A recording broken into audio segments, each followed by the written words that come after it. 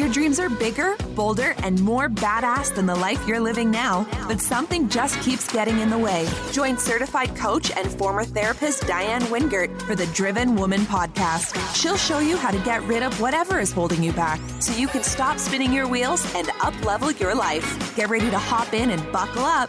This is the Driven Woman podcast, and we're heading for the fast lane.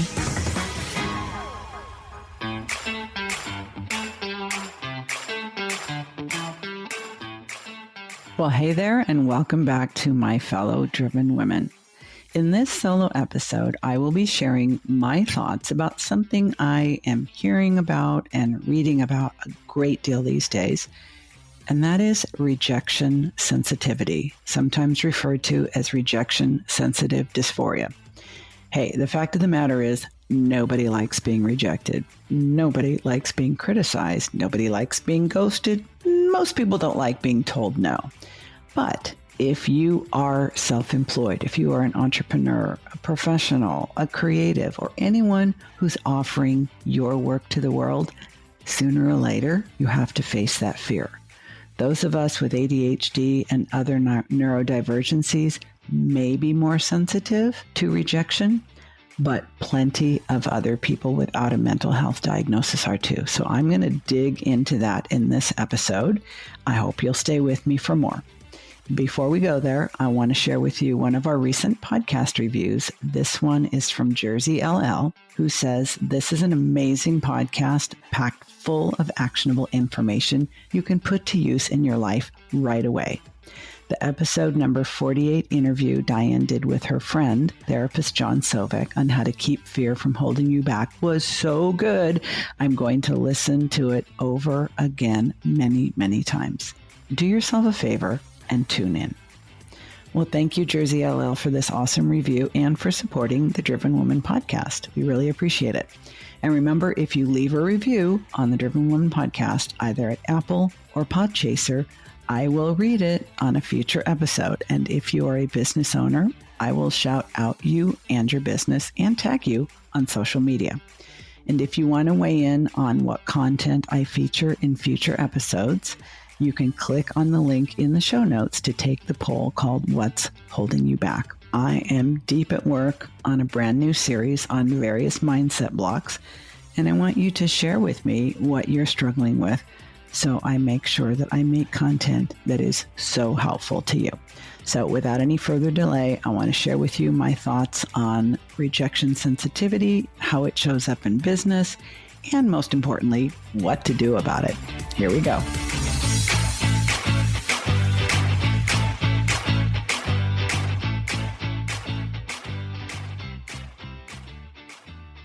So if you are a female entrepreneur, and especially if you are a female entrepreneur who identifies with ADHD, you're definitely going to want to listen to this one. Something I have been noticing a lot lately, because I now work in the online world, and a lot of the people that hire me also work in the online world, is something called rejection sensitive dysphoria. Now, I was a therapist for many years before being trained and certified and transitioning into coaching, which I did starting in 2015. And I've known about ADHD for many years before that. After all, I've had it all my life. I have diagnosed and worked with many people as both a therapist and a coach who have ADHD. And I also passed it on to all of my children. But in the last couple of years, all of a sudden, I started hearing about rejection sensitive dysphoria, literally all over the place. It seemed like it was a term that just appeared out of nowhere, and suddenly everyone was talking about it. Now, I've also been noticing a lot of people referring to it as RSD, and especially saying things online like, "Oh, I had such a bad RSD attack today," or "My RSD is really acting up," or "Can I get disability for my RSD?" And it's starting to get to the point where I just have to rant, and I have to bring all of my experience and expertise to this podcast to set the record straight. First, about what rejection sensitive dysphoria is, and then, because I mostly work with female entrepreneurs, is to talk about the fact that while I do not think rejection sensitive dysphoria should be made an actual disorder, that's a little spoiler alert. I'm going to first talk about some facts and fictions. Then I'm going to talk about who is susceptible to this. Then I'm going to talk about how it shows up in your business in some obvious and kind of sneaky ways. And then I'm going to talk about what can you do about it. So that's give you a little reason to stick around today. But first and foremost, rejection sensitive dysphoria, what many people are calling RSD, it is not a disorder, folks. If it were, it would be in the Diagnostic and Statistical Manual of Mental Disorders, otherwise known as the DSM, currently in the 5th iteration. So the current manual in every psychiatrist and therapist office, or should be, is the DSM-5. You will not find rejection-sensitive dysphoria there. You also will not find it as a qualifying variable or a diagnostic criteria to be diagnosed with ADHD, because it isn't. Many people with ADHD do experience rejection-sensitive dysphoria. And again, in a couple minutes, I will talk about what that is exactly. But it is not a diagnosis. Please stop pathologizing yourself by calling yourself RSD and referring to yourself as having RSD and talking about it as though you actually needed another pseudo diagnosis. You don't. Now, if it sounds like I'm being all judgy, pull back and understand where I'm coming from. Actual mental disorders can be very stigmatizing, and they can create a tremendous amount of stress and doubt in people's lives. And I have plenty of experience seeing just how that can really overshadow a person's entire life when they get a little bit too attached to the labels. That does not mean that I don't think it's a real thing. It is a real thing. Rejection-sensitive dysphoria is a description, not a diagnosis. It is a description of the actual physical, emotional, mental feelings, thoughts, feelings, and sensations that go along with an incident involving real or perceived rejection. This rejection can be in the form of criticism. It can be in the form of being told no. It can be in the form of not getting any likes or enough likes on our posts. It could be getting ghosted by a client that we've pitched to and thought it's obvious they want to hire me. So I will get into more detail about how it shows up in your business. But if you are a person who experiences a very strong, very powerful reaction to any incidents of real or perceived rejection, this is what's going on with you.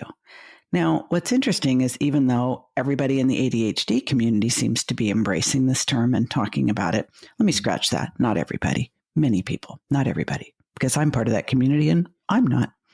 So not everybody. But people with ADHD are not the only ones who are susceptible to difficulties with rejection sensitivity. So just for the rest of this podcast, and let me just invite you to join me in this mindset or this philosophy. I simply talk about it as rejection sensitivity. I do not like this term rejection sensitive dysphoria, and I especially don't like the RSD label. Because God help us, we do not need one more little acronym that makes us think there's something wrong with us. The people who are susceptible to rejection sensitivity are many people with ADHD, people with OCD, people with anxiety disorders. And when we step away from anybody who has a diagnosed mental condition, other people who deal with this are the perfectionists, the overachievers, the highly sensitive types, the creatives, the gifteds, the empaths, those who identify as having imposter syndrome or imposter complex. And for the same reason, I have trouble with that term as well. Because when we start talking in terms of complexes and syndromes, it sounds a little bit too much like a disorder for me. And I see how that can really take over somebody's thinking about what they're capable of. So there's a whole lot of people who have issues, let's just say, who struggle, who deal with, and are affected by rejection sensitivity. Well, where does it show up in business? Well, I'll tell you, there are some very obvious ways and some ways that you may not even realize, oh my gosh, this is what's happening. Here are some things to look for. Do you have trouble charging for your work? Actually asking for money for what you do? Are you telling yourself that you need to keep working with free clients? And maybe in the beginning when you're just getting started with coaching or something of that nature, but even the most junior hairstylist gets paid something, right? So if you have gotten into a routine where you are doing a lot of work, but nobody's paying you, or very few people are paying you, or they're paying you a pittance, could it be a form of avoiding situations where you might feel rejected by asking for money? Also, charging what you're worth. If you are working way too hard for the money you're making, especially compared to industry standards, not your imagination, or comparing yourself to some celebrity coach or guru out there, but what you actually need to be making to support yourself, doing what you love, raising your prices means risking rejection, isn't it? And sometimes we don't even realize that's what's going on. Here's another place that rejection sensitivity can hold you back in your business. Setting limits and boundaries with people on your team, with people that you contract with, and with your clients. There's something called scope creep, meaning you contracted with someone for a particular engagement, a particular scope of work, and they just kept adding things on. And you thought, well, it's not that much. I can do that. It'll make them happy and it'll make me look really good. But then the scope just creeps and creeps and creeps. And now what you're actually making for the job per hour has just been whittled away because you didn't say no.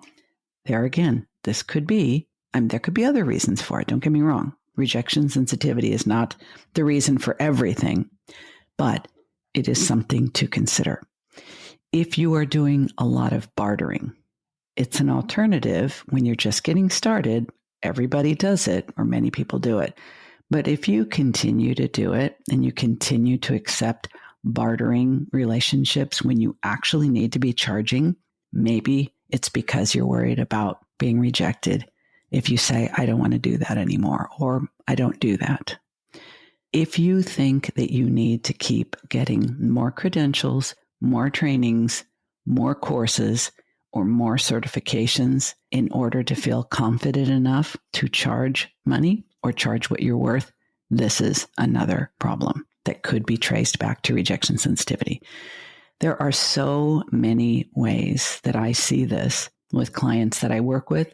And frankly, I have experienced some of these things at different stages of my business myself. Showing up in a business means these days you got to have a website, you got to be on social media, you got to email your clients, you've got to have some sort of content strategy, whether that's a podcast like this one, a blog, a YouTube channel, lives, whatever it is, to compete in the online world, heck, to even be discovered, to be found. You have to put yourself out there. And if you keep finding reasons to avoid putting yourself out there, whether it's just showing up, creating content, marketing consistently, asking for the business, or if you're able to do all that, but then you don't get around to sending the proposal or the invoice or chasing after those clients that didn't pay or didn't pay the entire amount, it may also be that even when you have managed to market yourself, sell your services, get paid for them, is your rejection sensitivity showing up by not asking for referrals, repeat business, or testimonials? You see, it can be very, very tricky. There can be all kinds of ways that we leave money on the table because what we're really doing is sparing ourselves situations where we might hear no. We may be reluctant to reach out to former clients who may be very happy to work with us again.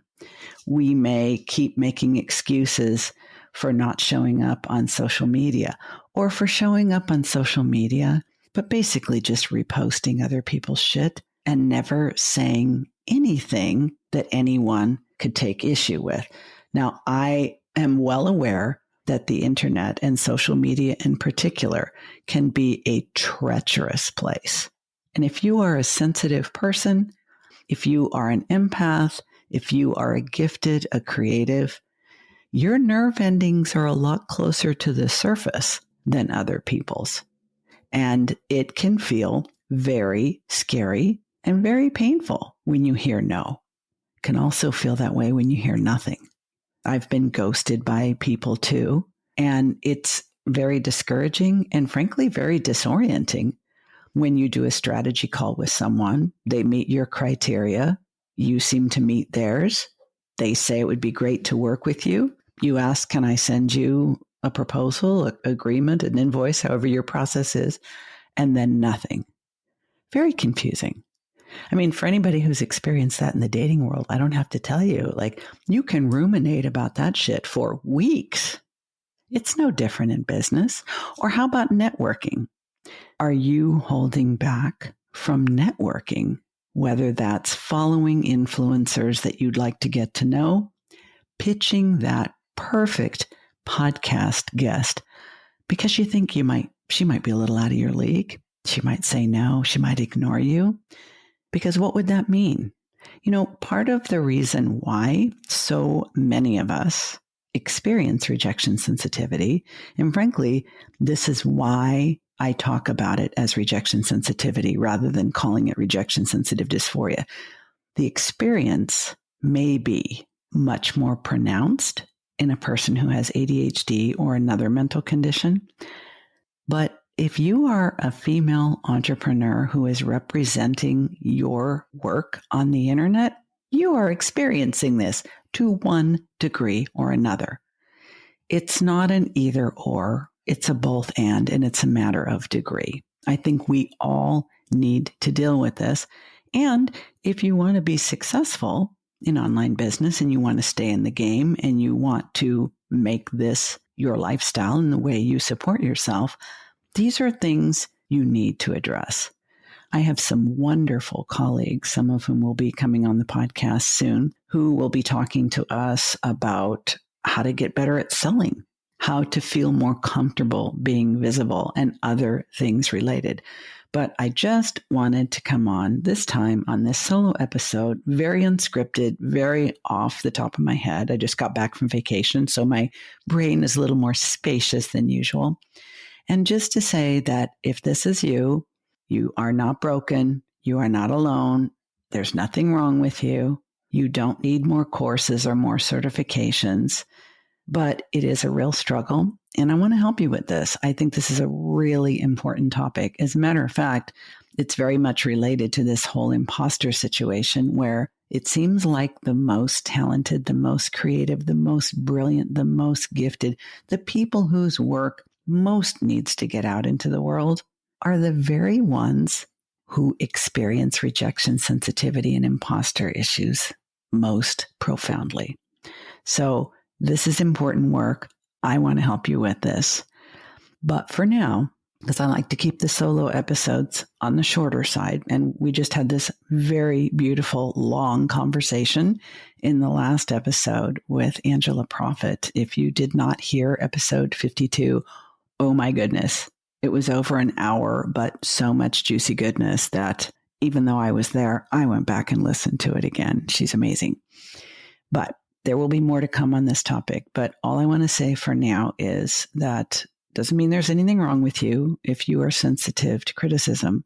But what it does mean is that you need some tools and some strategies for managing this, or it's going to be very difficult to support yourself doing the work you love, because every time you ask someone to pay you for that work, it can feel like your self-esteem is on the line. And that's not good. It's also not sustainable. So for now, I want to share with you the things that I do. I do a lot of my own self-coaching work, and it's along the lines of the same things that I teach my clients. But I also do journaling work. I do affirmations. I meditate. And I also make sure that I get some vigorous exercise, cardio exercise specifically, shortly before I put myself in a situation where I may experience rejection. I schedule my consultations with potential clients right after my exercise period for that reason. I've worked on this issue with myself a lot, and I no longer have intense bouts of, feeling disappointed and let down and sad and self-doubting when I hear no or when I hear nothing. But it hasn't been so long that I don't remember what that feels like. So first tip, drain the swamp. Drain the swamp is the term I use for do the thing that you do that calms your nervous system. For some of us, that's a long bath. For some of us, that's going out for a run. For some of us, that's petting your dog or your cat. For some of us, it's dancing your ass off to your favorite music. But whatever you do, it could be tapping, like one of our guests, Kate Moriasef, who was on one of the early episodes. I think it may have been number 32. I'll link to it in the show notes. Kate talked to us about emotional freedom technique. That is also something very good you can do. And we need to get in front of our mindset about this. Just because somebody says no doesn't mean there's anything wrong with you, your work, your price, or your offer. And sometimes we need a little bit of practice understanding that that is so, and then training our body and our mind to be in alignment with that as well. So more to come on the topic. Stay tuned. And please, if this is something that you deal with and it's really a big issue in your life and you know it's holding you back in business, send me a message. You can email me through my website. You can DM me at Coach Diann Wingert on Instagram. I respond to every single message personally, and I will definitely respond to yours. Okay, that's it for now. Take good care of you. I'll see you next week. Hey, it's Diann. Can I be honest with you? At the beginning of each new year, I always told myself, this is the year I'm going to get my habits dialed in. This is the year I'm going to be crystal clear about my goals and I'm going to crush them. This is the year I'm going to get my shit together on every level and I'm going to do it all by myself. Been there, done that, got a whole stack of t-shirts. But it wasn't until I started working with my own coach that I realized what a difference it makes to have guidance, support, and accountability from someone who's not only like-minded, but like-brained. Yeah, I'm talking about another driven woman, entrepreneur, who also has ADHD and has got it going on. I have 2 openings in my signature one-on-one 12-week coaching program, and one of them might have your name on it. There's a link to a free consult with me in the show notes if you think this might be the year that you really get serious and go all in on an ADHD-friendly business and life. While you're thinking about that, have a listen to what one of my clients' success stories has to say about the difference it made to work with me.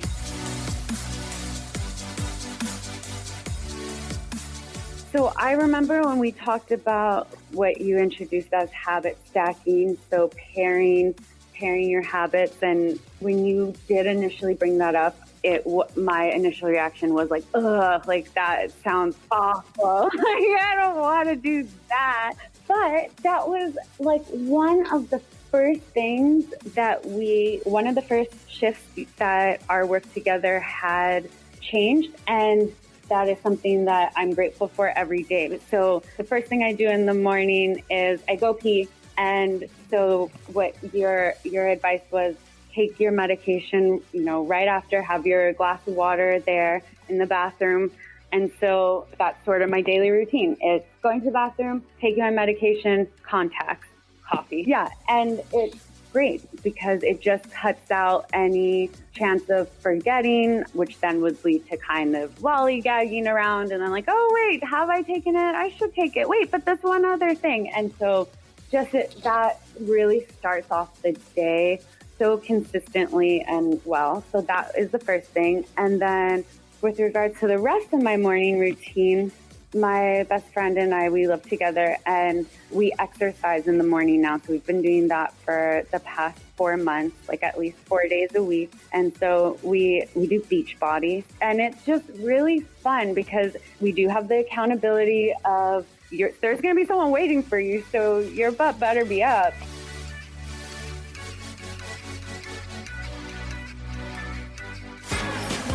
You've been listening to the Driven Woman podcast with Diann Wingert. Want more straight talk and strategy each week that will take you from spinning to winning? Don't forget to hit subscribe in your podcast player so you won't miss a single episode. Then head on over to the Driven Woman free and private Facebook group community. See you there.